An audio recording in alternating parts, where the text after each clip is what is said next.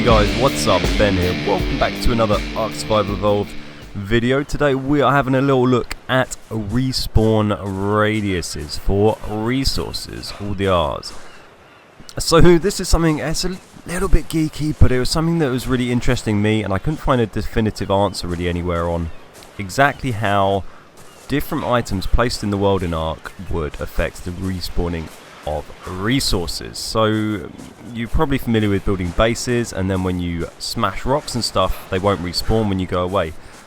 So I was interested in what those distances were. So here's a little quick roundup of what my testing has brought you. So you can see this this row of pillars here.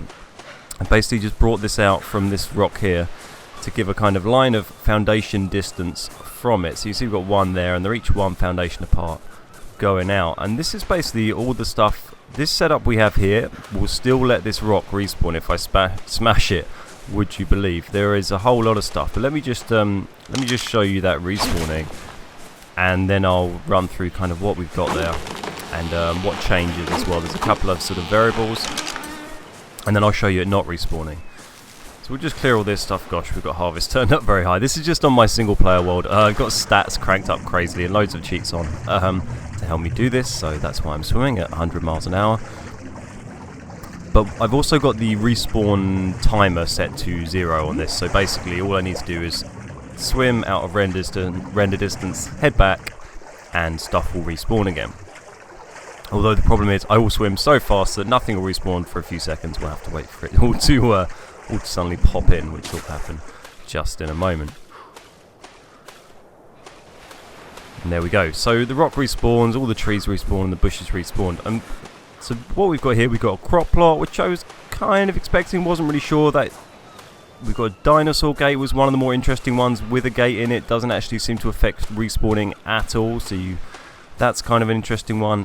Pillars, I'd seen rumours that pillars with stuff on top were treated as foundations. That doesn't seem to be true. It's only with ceilings on top they then become treated as foundations. See, wooden spikes don't seem to affect it. We've got a compost bin. Pretty much any item that you can place on the floor that doesn't need to be placed on a foundation will not affect respawning of resources unless it's touching it. This is about as close as I could get them, and then they started obviously blocking it. It won't spawn if they're completely obstructing it. But we've got a cage, we've got a small and large storage box, a campfire, we've got a standing torch, we've got plant species X on a pillar, and a smithy and a refining forge. And we've also got a fence post foundation, which doesn't affect it, but if I then chuck a wall down on it and smash this rock again and go for our little swim,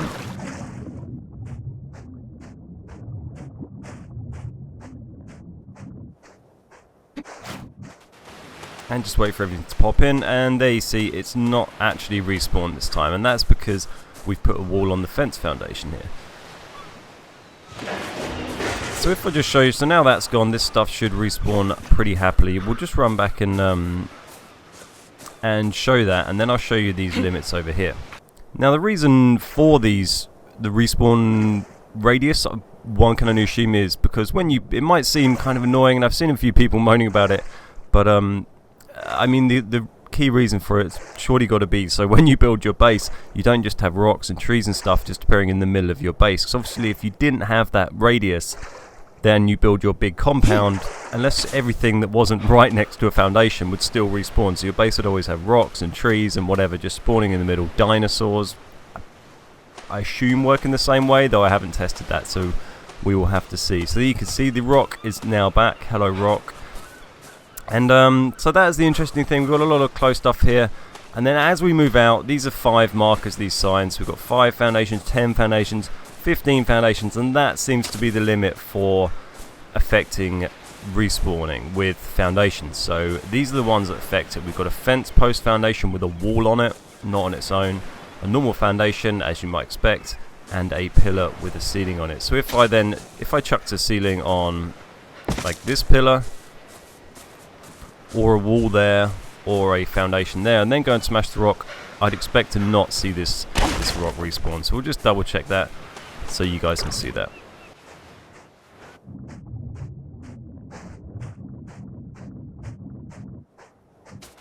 And if we just wait for everything to pop in, there we go, no rock. So, as we expected, there's no rock. I spent quite a bit of time yesterday testing these boundaries, testing each one individually on the edges to make sure it's all working properly. So I've had a good thorough look at this, and it all seems to line up fine. This has been tested on Xbox. This is on vanilla respawn radius settings. That is something you can change in your single player or your dedicated server or whatever, but we are using default. And I think it's very likely that it's going to behave the same on the PC. Ark Wildcard does a very good job of keeping PC and console unified in what they're doing and their behavior and their game mechanics. So that seems to be very, very likely to me. So here's the limit. We got 15 foundations. So basically everything in a 15 foundation radius around your foundations will basically not respawn. Now there is a little bit of difference to this. I thought after doing this rock and those trees, which seem to behave basically the same, I thought I'd better check this with metal, because that's probably one of the things that people are more interested in. So I'm just gonna, I don't think there's anything else to cover here, but I'm just gonna take this one off and, oh yeah, so that rock will respawn, that's fine. Yeah, I don't think there's anything else really we need to worry about here. So I'm just gonna fly over on my ridiculously fast, silly level 359 Pteranodon and just show you the metal testing that I've been doing as well. So you might be wondering why this is sort of useful information to know, and it kind of depends on what you do in Ark. There's a couple of things that I think this is pretty handy for. One of those is if you want to build a hidden base in PvP, which we've been doing quite a lot recently, and you want to build right in amongst the trees or something like that, when if trees get knocked down by, you might try and not knock down trees yourself, but occasionally they'll get knocked down by dinos, and you might always have refertilizer to regrow them. So it can be useful for working out how best to stay hidden, what things you can build that will still get resources spawn around them, so you can stay nicely hidden. Obviously foundations is out, and that's going to make it very tricky to build any kind of proper base, but you could feasibly build some sort of structure out of dino gates, and maybe spiked walls, I guess, and pillars with stuff on top that could just about be encased in and not actually affect respawning at all, which could be interesting to try. So here's the metal, and I thought I'd show you this. It did actually turn out to be slightly different to the stone, which was kind of unusual. The hitbox of the metal, well, I don't know if hitbox is the right word, so I can't hit it here, but it wouldn't let me place. This was about as close as this middle pillar here was about as close as I could get it to this rock without blocking the respawning. So you seem to not be able to put stuff pillar-wise right next to it. Although this fireplace here seemed to be just fine. So if I just smash this, we'll come back. We'll smash this as well, just so we know that stuff has respawned. But yeah, there's a couple of interesting things about this that I want to show you. So hopefully, if we fly away here, you should see all this stuff come back. So if you're wondering why this Pteranodon is so fast, it's because you can tweak individually the amount of sort of stat you get in each stat increase for your dinos on single player when you're mucking around, and you can just crank it up. You used to be able to crank it up to 6, now you can crank it up to 99, and it's just ridiculous. So that's why it's really useful for getting about when I'm doing testing and stuff like this. So hopefully I flew away for long enough there. I'm not sure if I have. It's a little bit hard to tell. Yeah, there we go. So the metal's come back, which is lovely jubbly. You see we've got this refining forge and smithy again. Also did a vault, which is because you have to place vaults on foundations, but you can then, they actually have gravity effect to them, which is pretty uncommon. I can't remember what other, there must be some other objects, but very, very few, or maybe not any. But gravity affects the foundation, the vault. So if you place that on a foundation or 2 foundations, I think you might need, and then just destroy them, it'll just drop down, which is cool. Obviously, to stop people in PvP just destroying a foundation rather than having to break into your massive impenetrable vault. But also the other thing I noticed was if we go here, we've got 5 foundations, 10 foundations, 11, 12, and I've got a foundation here and a ceiling on a pillar. So it actually seems like the metal radius is slightly different to rocks and trees, and I can make that even more clear. So here we are at, what are we at, 12? So there's 11 clear, as you can see that's the 10 marker there. There's 11 clear foundations between these and that'll still respawn. If I bring it in a bit, if I pop one here and then go and smash it, we should see this fail to respawn.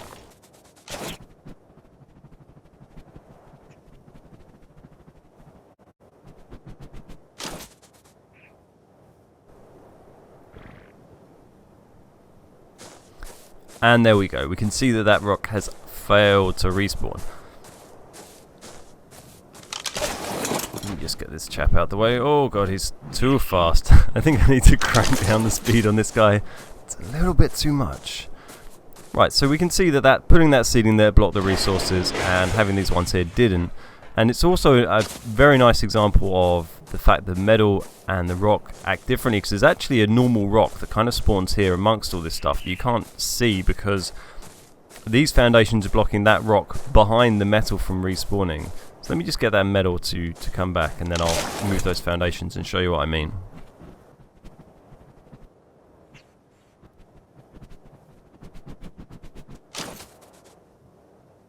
So there we go, we've got the metal back, and as you can see there's no rock to be seen amongst those nodes. But if I then take out this foundation, and we'll take out the ceiling as well.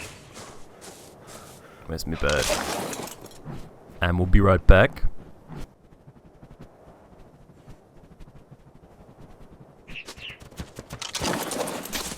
And now we are back. You can see there's actually this normal rock here, which sort of sits, this one here, that sort of sits amongst all these metal nodes. So it's a nice example of how metal and normal rocks seem to act slightly differently. Metal has a slightly smaller radius, which is affected by the foundations and pillars with ceilings on top. So that's kind of interesting. It's not a significant difference. We've got, was it 3 or 4 difference? We're about 11. So it's and we've even got a rock that's respawned here right in the way. So yeah, kind of interesting stuff. Might prove useful to you. It's also useful, obviously, if you're building a base near metal nodes. You want to maybe stick a base up on the rim of the volcano, and you want to know where to put it that's going to affect the least amount of resource spawns. It could be useful to know that. We've often built over on some, if you build right on the edges using pillars and stuff, you can get a kind of decent little size shack up without messing up the spawns too badly. Right over on this corner can do quite well, or maybe even up on this corner. Whoa, very hard to control this bird because he's so ridiculously fast.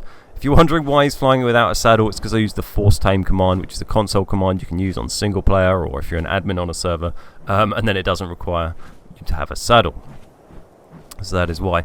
So there you go. Hopefully you found that useful, and you might be able to think of some inventive ways to turn this to your advantage. I'm certainly interested to find out that putting on things on top of pillars that weren't ceilings didn't seem to have any effect on things. So that was nice to know. It's nice to know you can stick a refining forge on a pillar like this, really near to metal, and it will still respawn.